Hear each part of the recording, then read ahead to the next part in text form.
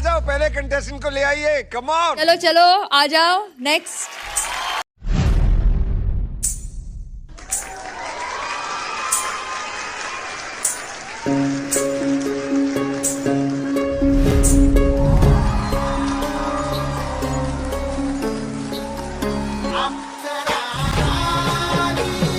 Oh my God.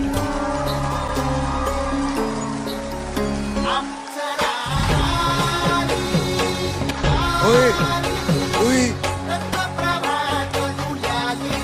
ओए ओए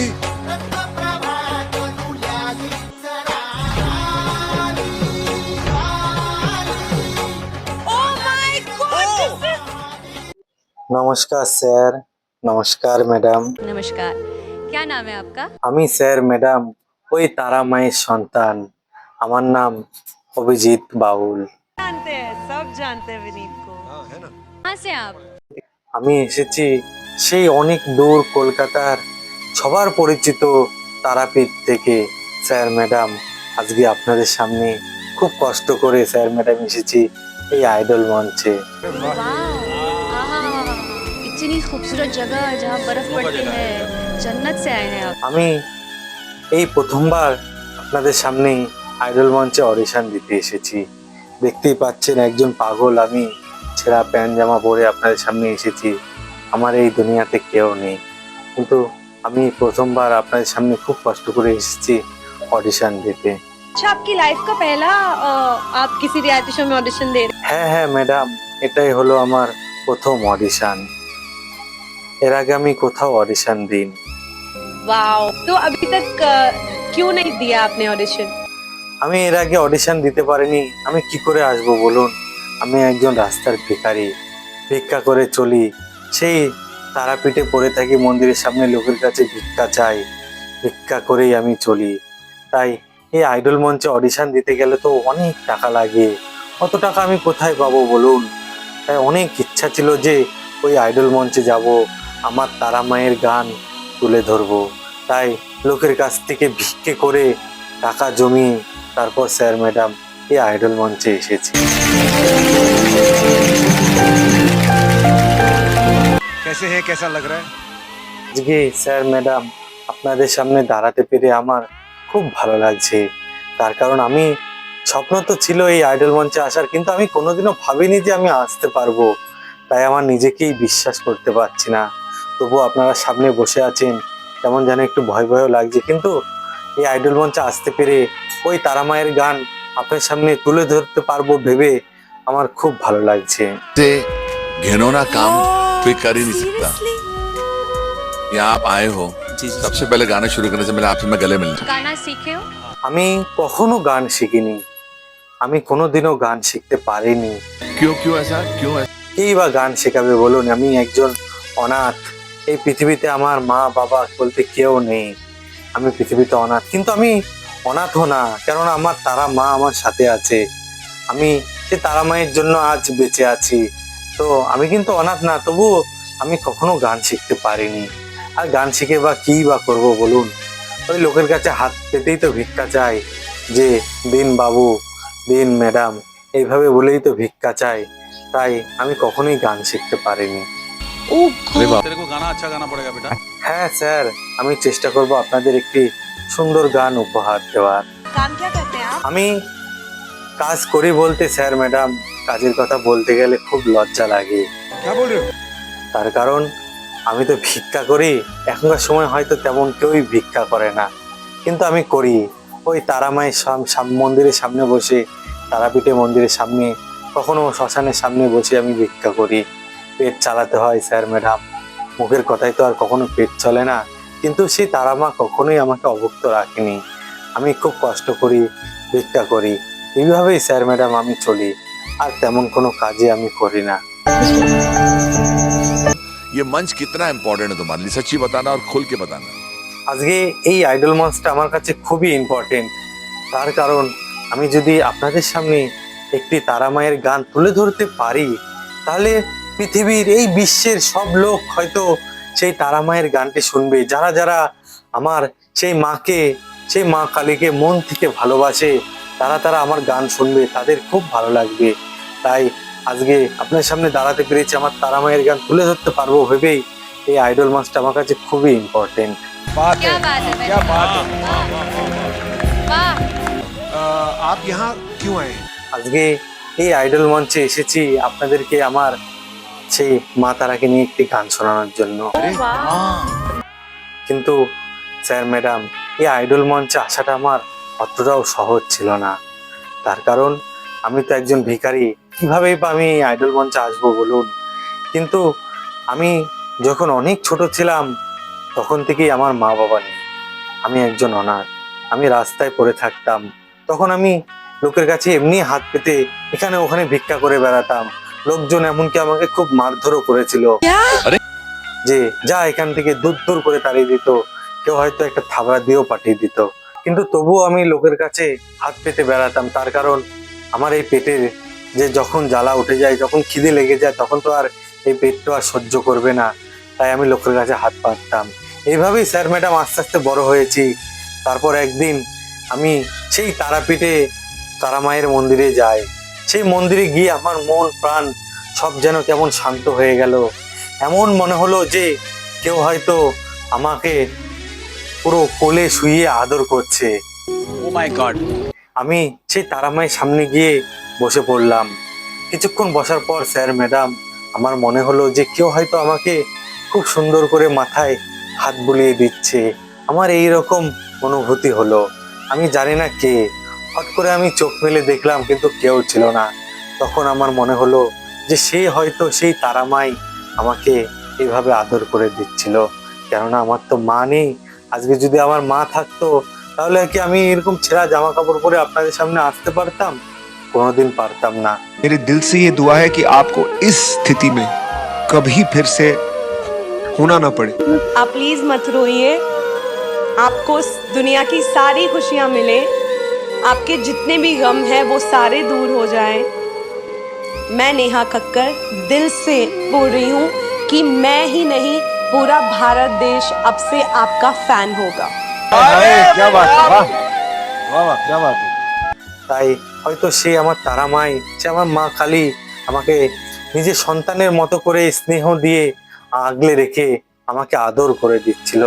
তারপর থেকেই স্যার ম্যাডাম আমি স্থির করি যে আমি ওই তারাপীঠের মন্দিরেই থাকবো। যেখানে আমার মা আছে সেখানে তার এই অধম সন্তানও থাকবে। তাই তারপর থেকেই স্যার ম্যাডাম আমি ওই তারাপীঠের মন্দিরেই থাকতে লাগি।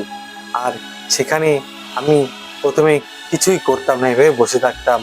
তারপর আমি আস্তে আস্তে লোকের কাছে হাত পাতা শুরু করি। আর সেই হাত পাতা থেকে কিছু তারা মায়ের জন্যও কিনি, কিছু খাবার আমার জন্যও কিনি। এইভাবেই স্যার ম্যাডাম আমি দিন কাটাই।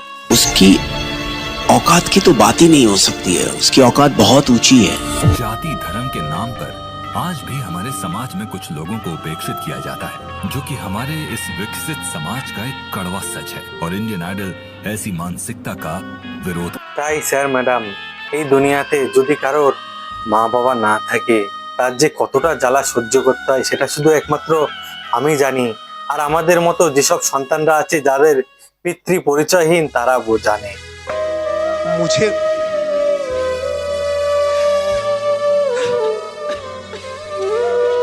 अरे यार, तुम्हें रोते हुए देख के बिल्कुल नहीं अच्छा लग रहा है, क्योंकि तुम खुशियां डिजर्व करती हो, तुम ये डिजर्व करती हो।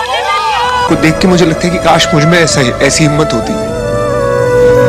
এই পৃথিবী, এই সমাজ আমাকে অনেক কষ্ট দিয়েছে, অনেক যন্ত্রণা সহ্য করেছি। তাই আমি সে মা কালীর কাছে বলতে চাই যে হে মা তারা, যদি তুমি আমাকে দেখে থাকো, যদিও তুমি আমাকে নিজের সন্তানের মতো কখনোই ভেবে থাকো, তাহলে মা আমাকে আর এত কষ্ট দিও না। এই কষ্ট আমি আর সহ্য করতে পারছি না। সেই অনেক ছোটবেলা থেকেই তো এই কষ্ট সহ্য করে আসছি, এই কষ্ট আমার আর সহ্য হয় না। তাই হয় তুমি তো আমাকে তোমার কাছে টেনে নাও, আর না হলে আমাকে একটু সুখ দাও। কেননা আমি এভাবে আর কষ্ট সহ্য করতে পারছি না। আর কি করব বলুন স্যার ম্যাডাম, এই সেই ছোট্টবেলা থেকেই লোকের কাছে হাত পেতে ভিক্ষা করে মার খেয়ে বড় হচ্ছি, লোকের লাঠি ঝাঁটা এইভাবে খেয়েই আমি বড় হচ্ছি। আর কত সহ্য হয়, এই প্রাণে আত্মসহ্য হয় না। তাই তুমি আমাকে তোমার কাছে ডেকে নাও, আর পরের যদি কোনো জীবন থাকে তাও কিন্তু তুমি আমাকে তোমার কাছেই রেখে দিও। তুমি যেই রূপে আমাকে রাখতে চাও, সেটা তুমি নিজের চরণের জবা ফুল হয়েও যদি রাখতে চাও, তাও আমি তোমার কাছে থেকে যেতে চাই। কেননা এই সমাজ তো আমাকে কখনো মেনে নেয়নি, তাই তুমি আমাকে সবসময় আগলে রেখেছো, তুমি আমাকে নিজের সন্তানের মতো দেখেছো, তাই তুমি আমাকে তোমার কাছে রেখে দিও। क्या? अरे ओ माय गॉड! मेरे हिसाब से आज ये तुमने यहाँ आकर प्रूफ कर दिया है कि कला किसी की गुलाम नहीं। তাই তো আমি একজন ভিখারি, অনাথ, অসহায়। আমি আজকে আপনাদের সামনে অনেক স্বপ্ন আশা নিয়ে দাঁড়িয়েছি যে আপনারা সবাই আমাকে একটু সাহায্য করবেন, যেন আমি আপনাদের সামনে সুন্দরভাবে গানটি তুলে ধরতে পারি। आपका जो सपना है, अगर आप सच्ची मन से देखते हैं वो सपना और आप उतने काबिल हैं वो सपना देखने के, तो डेफिनेटली हम आपको आगे लेके जाएंगे। ये पक्का वादा है, अगर आप डिजर्व करते हैं तो। আর আপনারা সবাই আমাকে একটু আশীর্বাদ করবেন যেন আমি একটু ভালো মতো চলতে পারি। আমার সেই তারামায়ের চরণেই যেন আমি আমার এই শেষ জীবনটা পর্যন্ত কাটিয়ে দিতে পারি। আর আপনারা সবাই আমার এই গানটি শুনুন, খুব ভালো লাগবে। तुमने बहुत सही प्लेटफॉर्म चुना है, बिकॉज इससे बड़ा देश का कोई प्लेटफॉर्म नहीं है। तो हमारा आशीर्वाद, हमारा प्यार আমার এই কথার মাঝে যদি কোনো ভুল ত্রুটি থাকে, আমাকে আপনারা নিজের ছোট্ট সন্তান ভেবে ক্ষমা করে দেবেন। मैं आपके मतलब करेज की दाद देता हूँ, आपकी हिम्मत की दाद देता हूँ, और आप लंबी सांस लेके तैयार हो। All the best. আর আপনাদের সবাইকে প্রণাম জানিয়ে আমি আমার গান শুরু করছি। নমস্কার। हमारे पास जो कारीगरी है वो ये है, और ये दिखाओ। चलो गाओ। আজকে লক্ষ লক্ষ ভক্ত এসছে তোর এই কৌশিকী অমাবস্যাতে তারাপীঠে। মা যারা এসেছে তাদের এই হৃদয়টাকে তুই শোষণ করে দে না মা। মাগো, তোকে এই পাগল অভিজিৎ বলছে মা, আমরা যদি দেখি বাবা, আমরা দালান কোটাতে বাস করছি, আর দেখো মা আমার শ্মশানে দালান কোটা বেঁধেছে। তোর শ্মশানে যদি শেষে বিছানা,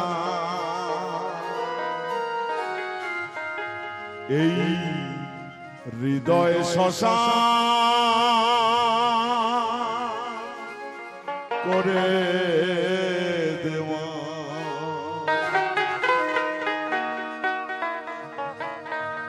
তোর শ্মশানে যদি শেষ বিছানা, এই হৃদয় শ্মশান করে দেওয়া, এই হৃদয় শ্মশান করে দেওয়া। তারা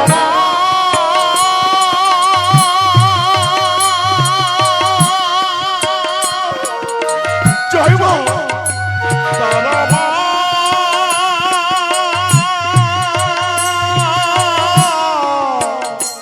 তারা মা,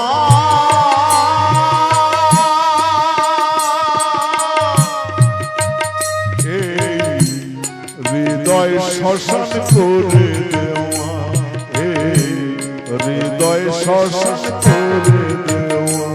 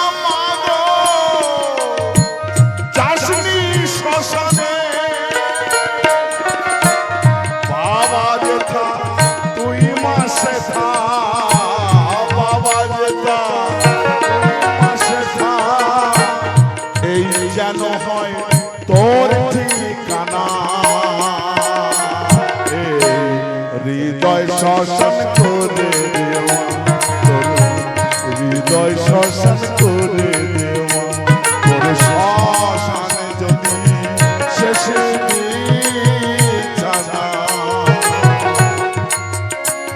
এই হৃদয় শ্মশান করে দেওয়া।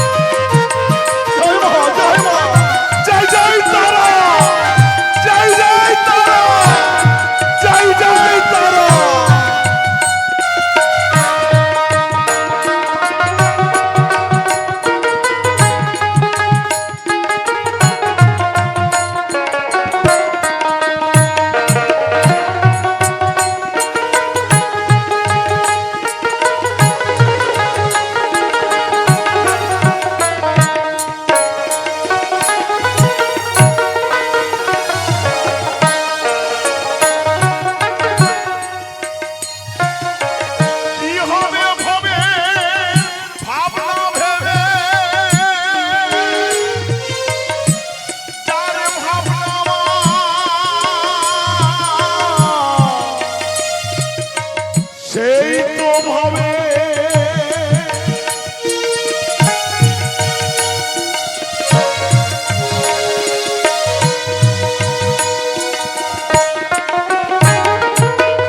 আজ লক্ষ লক্ষ মানুষ, আজ লক্ষ লক্ষ মানুষ তোর পাদ তলে পড়ে রয়েছে মা।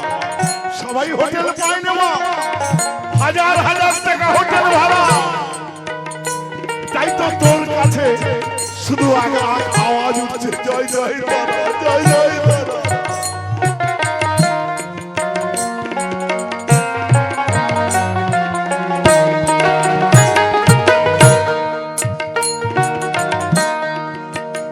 তারা মা,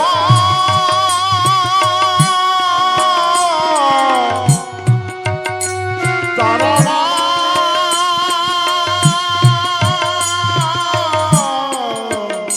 তারা মা,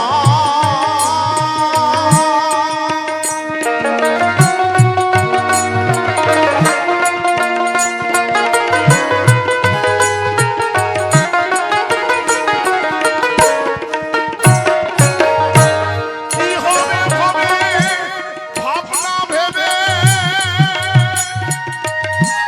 যার ভাবনা মা,